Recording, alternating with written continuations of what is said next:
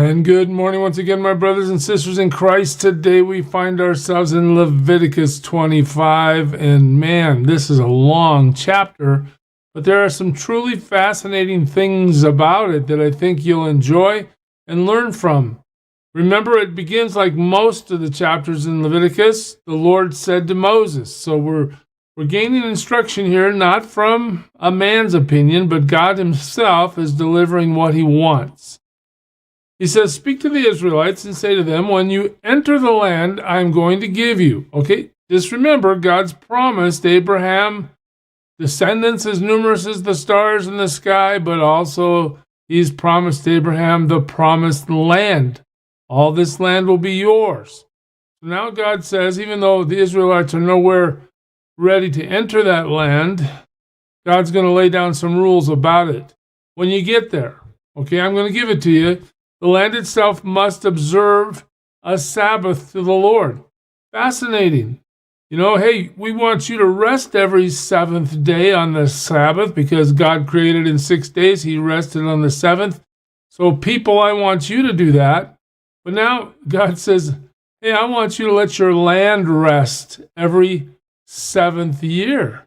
Look at this. For 6 years, sow your fields, and for 6 years, prune your vineyards, and gather their crops. But in the seventh year, the land is to have a Sabbath of rest, a Sabbath to the Lord. Do not sow your fields or prune your vineyards. So every 7 years in the promised land, God says, let the land rest. It's an agricultural practice that I think carries on to some even today. The ground is able to recover, the nutrients are able to be restored, and, you know, in the first year when we resume the planting, the fruit, the crop is healthier and stronger and full. Well, God says, let your land rest. And he explains it a little bit. Do not reap what grows of itself or harvest the grapes of your untended vines. The land is to have a year of rest. All right? So just let everything lay there. Whatever the land yields during the Sabbath year will be food for you. You can go eat what's there for yourself, your manservant, your maidservant, your hired worker, the temporary residents who live among you. No problem. You don't have to let the food go to waste, but you're not trying to grow anything.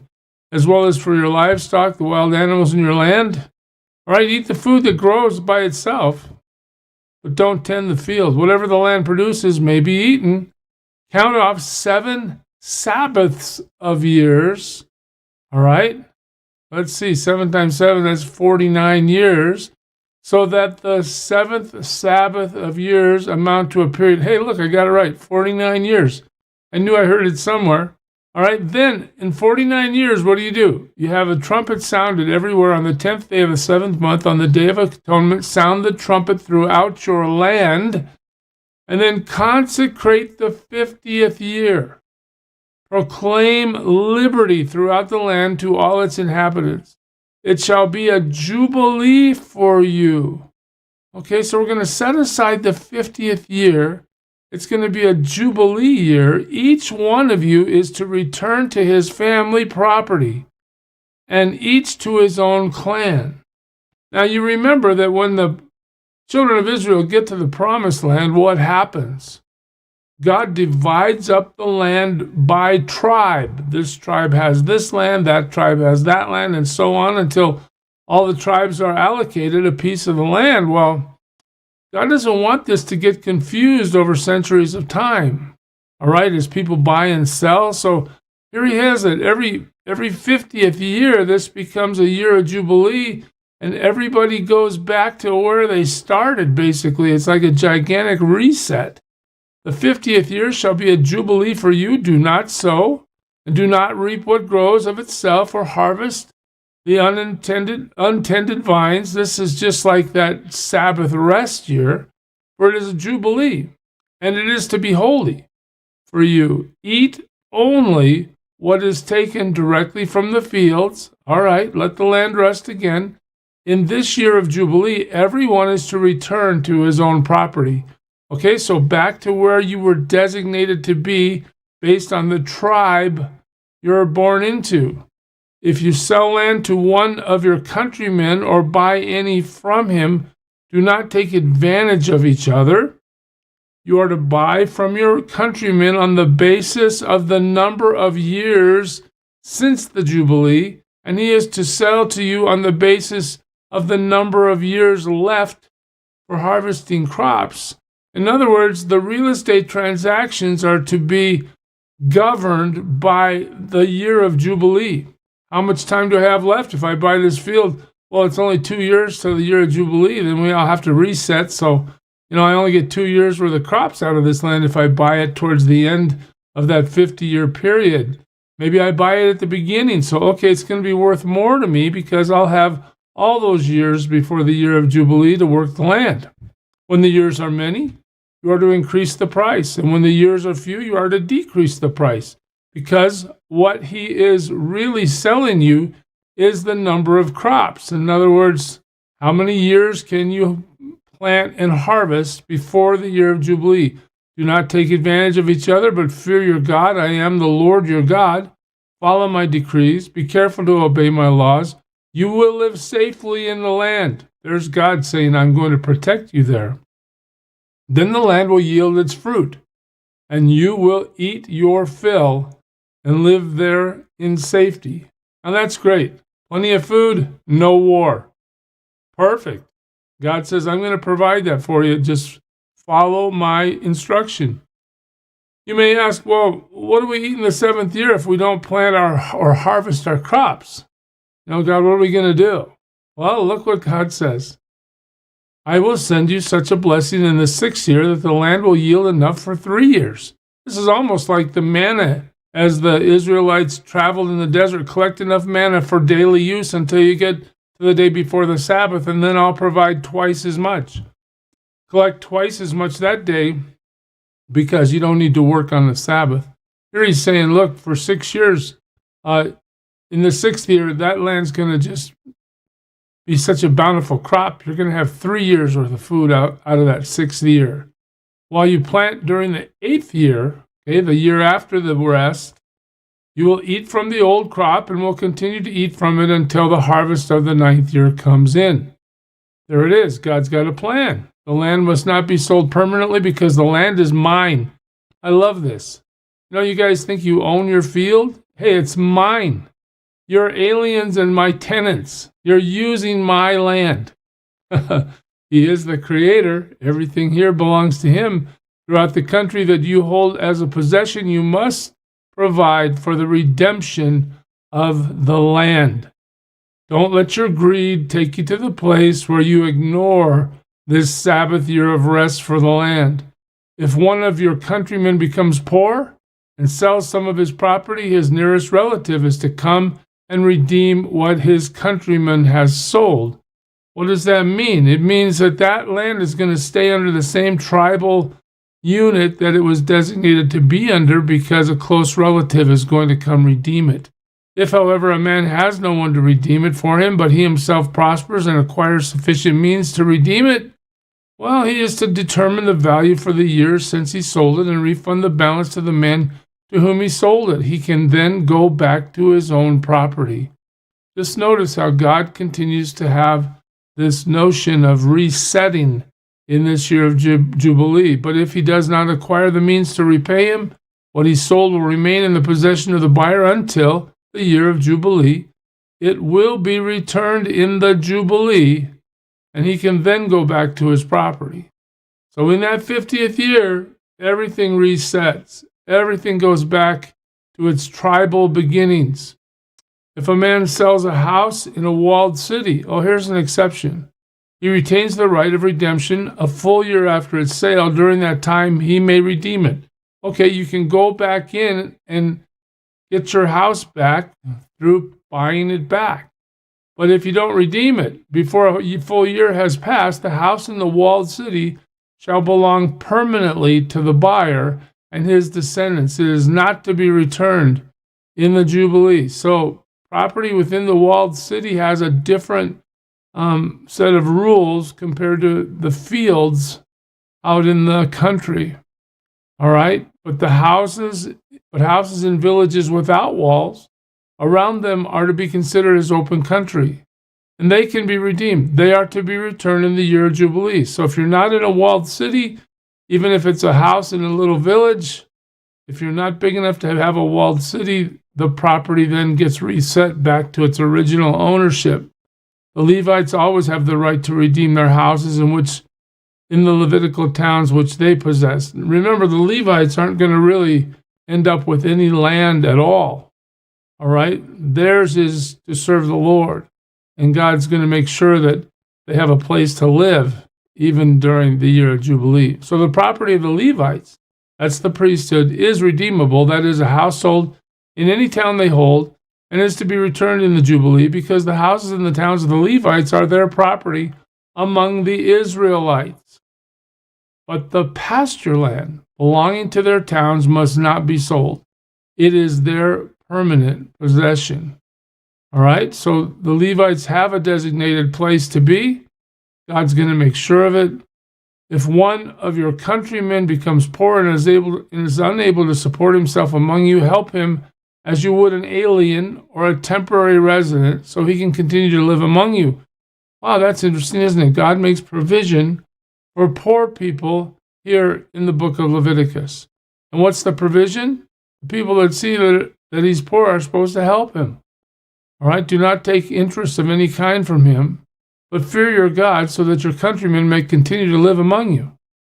All right, this is God's social security system. What do we do with people that can't afford to live? We send them to the government.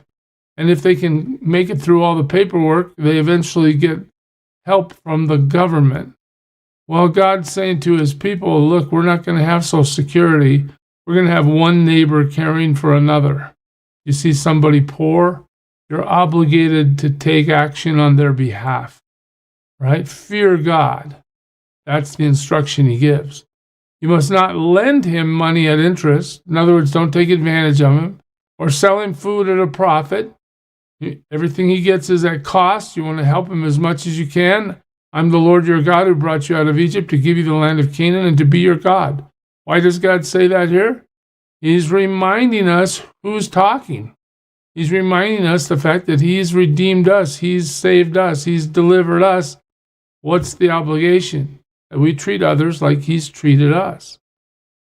If one of your countrymen becomes poor among you and sells himself to you, do not make him work as a slave. So, no enslavement of a fellow Jew. He is to be treated as a hired worker or a temporary resident among you. He is to work for you until the year of Jubilee, that 50th year. He comes free again.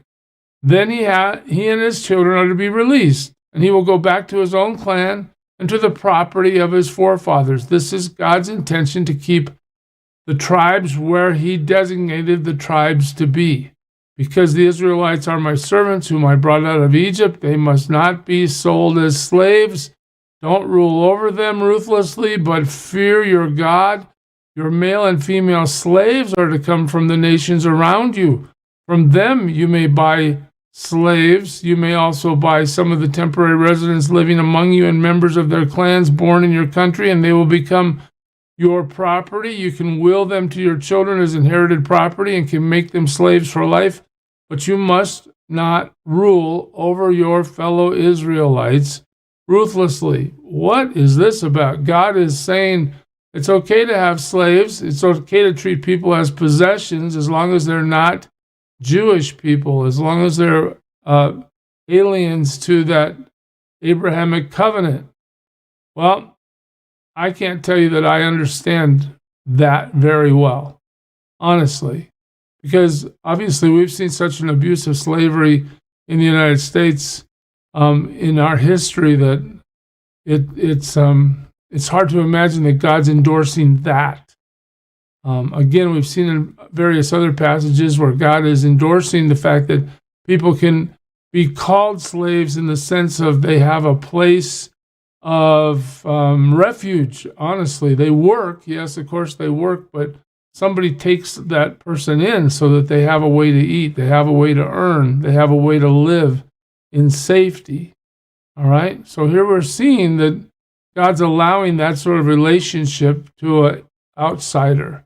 If an alien or a temporary resident among you becomes rich, and one of your countrymen becomes poor, and he sells himself to the alien living among you, or to a member of the alien's clan, he retains the right of redemption after he has sold himself. One of his relatives may redeem him. Again, God is setting up rules for how we all get reset back into the tribe and the place where we belong. An uncle or a cousin or any blood relative in his clan may redeem him, or if he prospers, he may redeem himself. He and his buyer are to count the time from the year he sold himself up to the year of Jubilee, and the price for his release is to be based on the rate paid to a hired man for that number of years.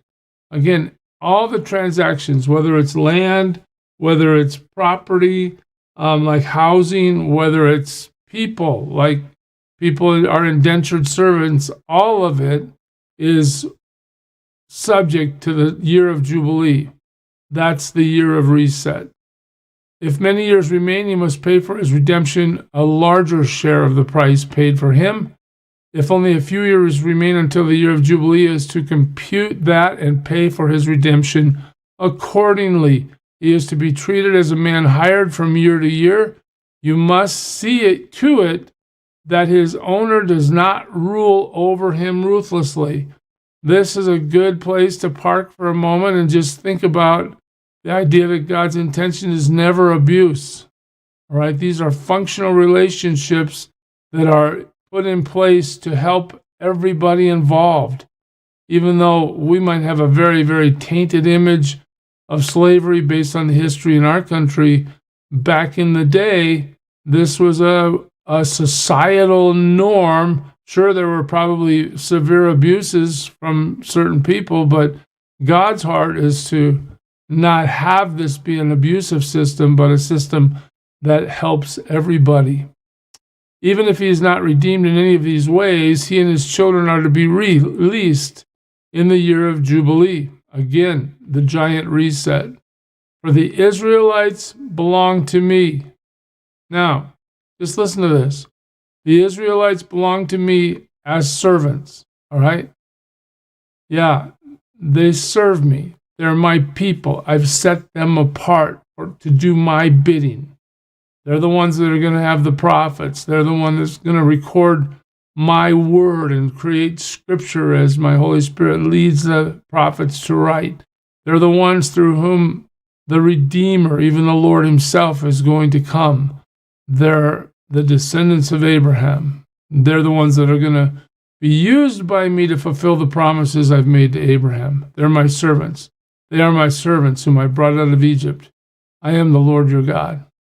So now we see in chapter 25, God setting the parameters for how he wants his society to function when the people enter the promised land. We'll pick it up there next time, church. God bless you. Serve him well today. Who is it who for sinners shed his blood, and now for cleansing all can plunge beneath that flood?